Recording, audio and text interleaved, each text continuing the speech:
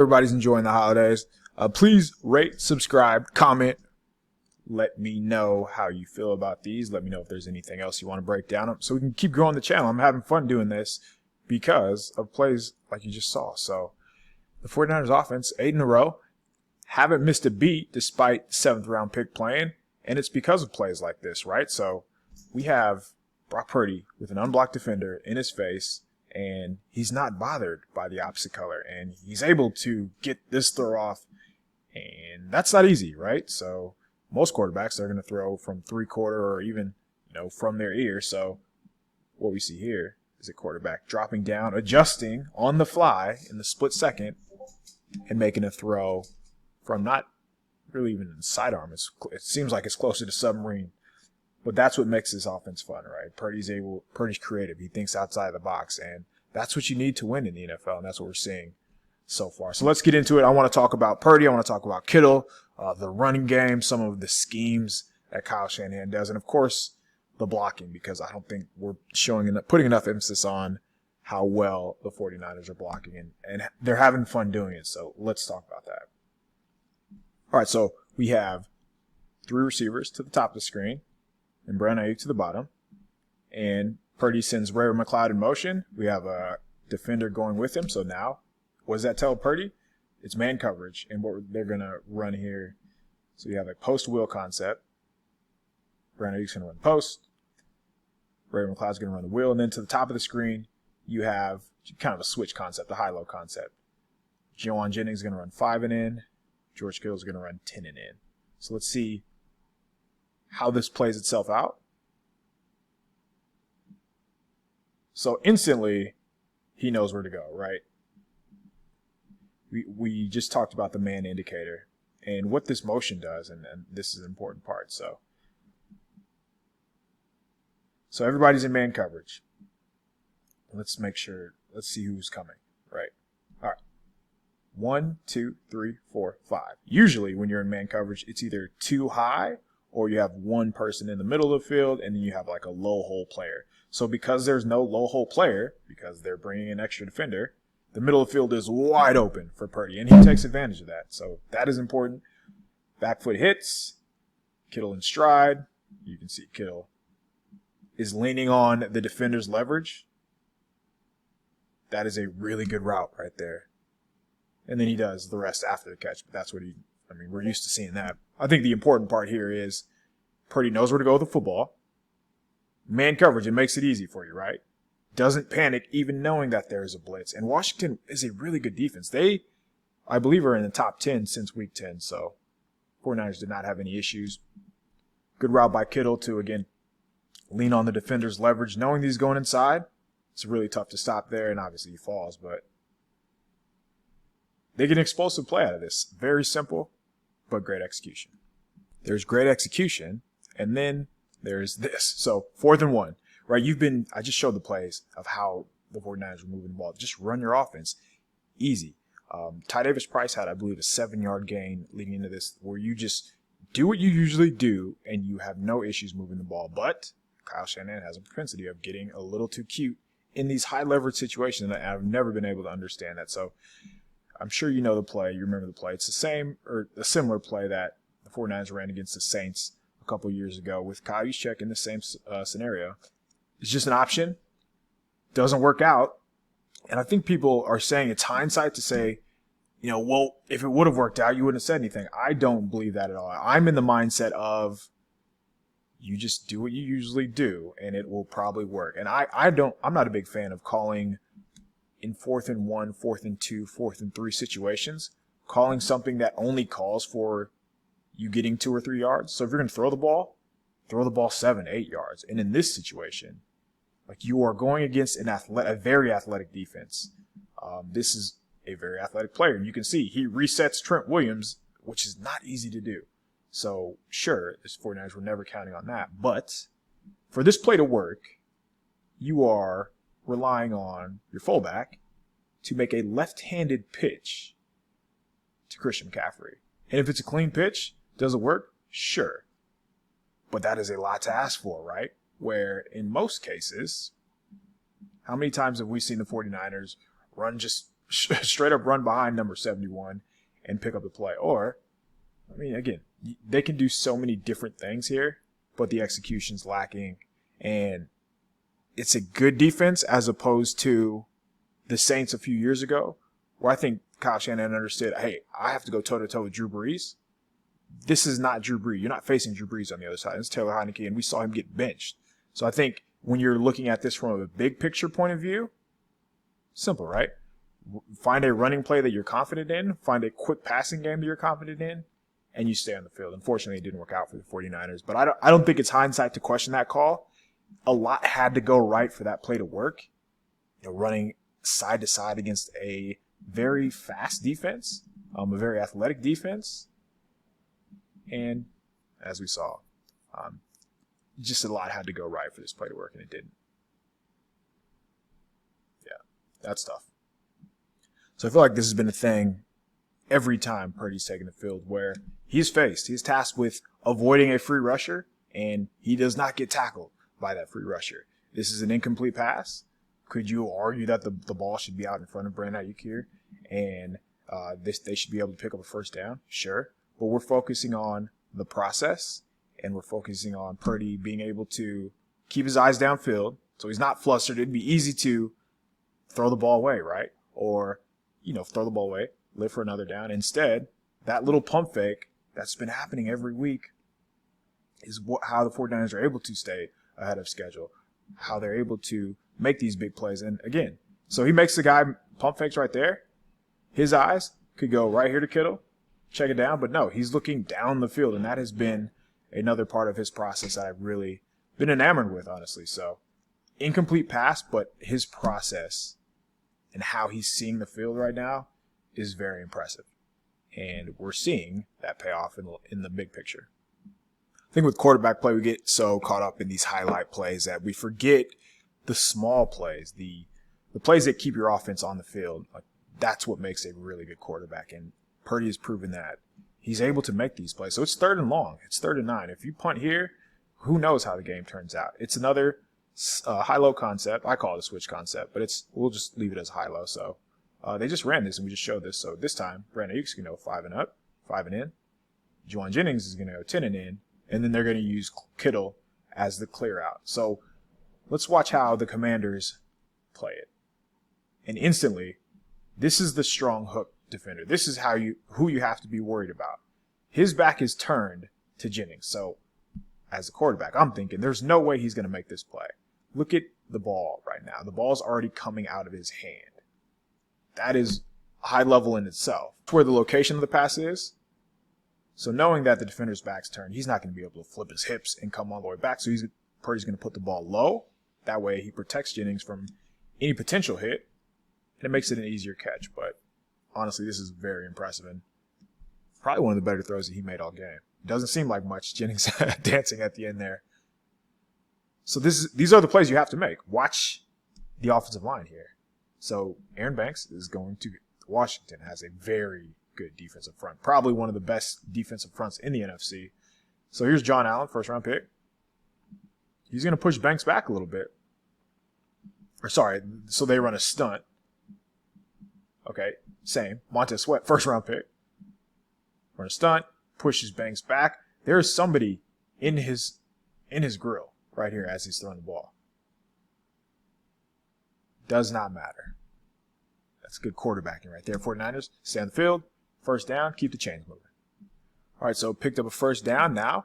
2 plays later, they're going to run the end around. And Ray McCloud goes untouched. I believe, 71 yards? Yeah, this is where I want to talk about the blocking, because these type of plays, these explosive plays that the 49ers are getting, they do not happen if they are not getting perimeter blocking. So first of all, Willie Snead walls off a guy, and that is huge because, of course, as you can see, that's the force. The force guy is not able to get outside. So Willie Snead gets a big block, and now we have George Kittle. George Kittle is going to effectively take out 2 guys with a nice assistance from 23 there, Christian McCaffrey. And then we go to the back end here. Little pancake. Full slab. Mike Lynchy buries his guy. Honestly, you can do this for probably 20% of their plays where the execution, just from a blocking standpoint, from a physicality standpoint, it is as good as it gets. Look at the lane Ray McCloud gets to run through here. Nobody. He doesn't have to worry about anybody. The angle from the safety is questionable at best, but I mean, the blocking is impressive. And they deserve to be called out for this because it's a theme, and they continue that theme. So here's another running play. Watch Christian McCaffrey. Like, yes, he has to avoid somebody in the background, in the backfield, but the running lanes are so, like John Madden used to say, you could drive a truck through that. Watch Jake Brendel here. He blocks the middle linebacker 10 yards down the field. When your center is taking care of the middle linebacker like that, you are going to have plenty of 150, 200-yard rushing games as a team. So, again, I just want to highlight those type of plays because it gets lost in the shuffle when you are dropping 37 points. But there's a reason the 49ers are so successful, and it's their blocking. You can tell how a coach feels about his quarterback based on how he handles and what he calls on third down. So here we go, 3rd and 4. And what do the 49ers do? They're going to take a shot play. They're going to run a double post concept. So Ray McCloud, he's going to run up and run to the post. This isn't supposed to be a post, but based on, it's really supposed to be like a through route. He's going to, Kittle right here is supposed to probably run a beeline right to the 10-yard line, maybe even the 15-yard line, depending on what the defense does. So the defense is in cover 2, but it's not your traditional cover 2, right? Usually when you're thinking cover 2, I'm thinking this safety is going to go right here, and the safety over here is going to go to this half. They are in an inverted cover 2, which means the cornerback to the top is responsible for the deep half. This cornerback is responsible for the deep half. What does that mean? Nobody is in the middle of the field. Let's watch Kittle here because, as I said, it's probably supposed to be a beeline. Just running that through route right here to hold the underneath defender, but there's nobody there. So he kind of goes rogue and just runs away from the defender and runs to green grass. So you're not going to blame him for doing that. This pass, 100% is for Ray right there. But Kittle's just being a football player. He's being a human. Like, why? I imagine after the fact, he's not going to get, reprimanded for not running to green grass because that's what you tell the receivers. But either way, I think it tells you Shanahan loves his quarterback because we weren't seeing these type of shot plays specifically on third down. This is a shot play zone where they're at too. Great blocking again. This play does not happen if Brock Purdy does not have a clean pocket to throw from with nobody's in his face. Yes, there are bodies flopping around him, but he's unbothered by the opposite color, and he's proven that. Puts the pass where it needs to be, right in stride of Ray McCloud, and it's intercepted by number 85. How else do you score 37 points? So, one, your special teams has to contribute, and Ray McCloud just gave them a very nice punt return to get the ball around the 43-yard line. Next, your stars just have to make plays, right? And not necessarily, these big plays. And when I say make plays, everybody, your first thing that comes to mind is like, 20-yard, 25, 51-yarder that Brandon Ayuk had later in this game. Nope. Sometimes it's as simple as turning negatives into positives. So right here, the Commanders, they probably know what the 49ers want to do out of this split, right? So they're going to blitz the slot, and usually Brandon Ayuk's responsible for cracking down, but if he knifes through, it's impossible to crack down, and Jennings is just going to arc release and kick out this guy. But let's watch it play out. So he can't get there, and he knows that, so instantly he just jumps up here. Dead to rights in the backfield. 3-4 yards. This should be a negative play. This should result in a punt. It does not, because the Jimmies and the Joes matter. And ooh-wee, do the 49ers have the Jimmies and the Joes. So Christian McCaffrey, nasty stiff arm, turns a 3-4 yard loss, runs through a linebacker tackle right there, and picks up 3. Now, it's 2nd and 7. That is a huge deal, and it doesn't seem like much, but look what happens on the very next play. So instead of calling a screen or some type of give-up throw on the next 2 plays, you can stick with your offense. 2nd and 7, see the quarterback going through his reads, picks up a first down. This is 49ers football right here. I mean, you get a chance to see Purdy looking comfortable in the pocket, showing that he seems like a seasoned vet the way that, he's going through his reads. Little play action, but doesn't like his first read, knows exactly where his second is, gets there on time. So when you watch the other 10 players, when they don't have the ball, I think that kind of tells you how a team feels about each other and how they like to play for each other. So here we go. This is Kittle's second touchdown. He has the ball, wide open. First off, watch Juwan Jennings. Throws his guy to the ground. Now, these guys are sprinting. He already knows what's up, Trent Williams. Sprint, sprint, sprint. Full-on sprint from Brandon Ayuk right here. Just watch them hustle. Watch them come to celebrate with their guy, with their teammate. I think that is really cool to watch. And I think it kind of resonates with the rest of the team. Like they are playing for each other. Nobody cares if if they're not going to be the one to get the stats. Brandon Ayuk ended up getting the stats in this game. Kittle got his stats in the game, but the way that they sell out, I think, makes you appreciate this team even more. Juwan Jennings plays his butt off. But yeah, these are fun. Like it's fun to watch, knowing that you're getting this type of effort, snap in and snap out from these guys. All right, so I was just showing this play. Again, the motion, what does that tell us? Somebody's going with him. So now we have a man indicator. This is essentially just a levels route, a levels concept. So you hold the flat defender. He is going to be responsible for whoever comes out on that side of the field. So you're going to hold the flat defender. And now this leaves Danny Gray one-on-one. He's going to run off. Now you have your slot defender, who's probably your 3rd or 4th best cover guy, against the team's best receiver, Brandon Ayuk, with the entire field to work with. And I'm pretty sure everybody could guess how this would turn out. Just one-on-one. BA is an incredible route runner. And the way that he's progressing, the way he has progressed this season, it's been impressive, honestly. And I really think he's one of the 10 best wide receivers in the NFL. His stats may not back that up, but how he's playing, how he's getting his yards, there's nothing cheap. He's earning every one of these. Watch the separation at the top of the route. Boom. You go from guy on my hip, 4 or 5 yards. That's what top 10 receivers do. And then he's a punt returner by nature, so he's able to get a bunch of yards after the catch. I'm sure he wanted to score there, but 51 yards, great concept. Offensive line gives Purdy time. Purdy knows where to go with the ball. Purdy hits him in stride and on time so he can make plays after the catch. And then you get another explosive.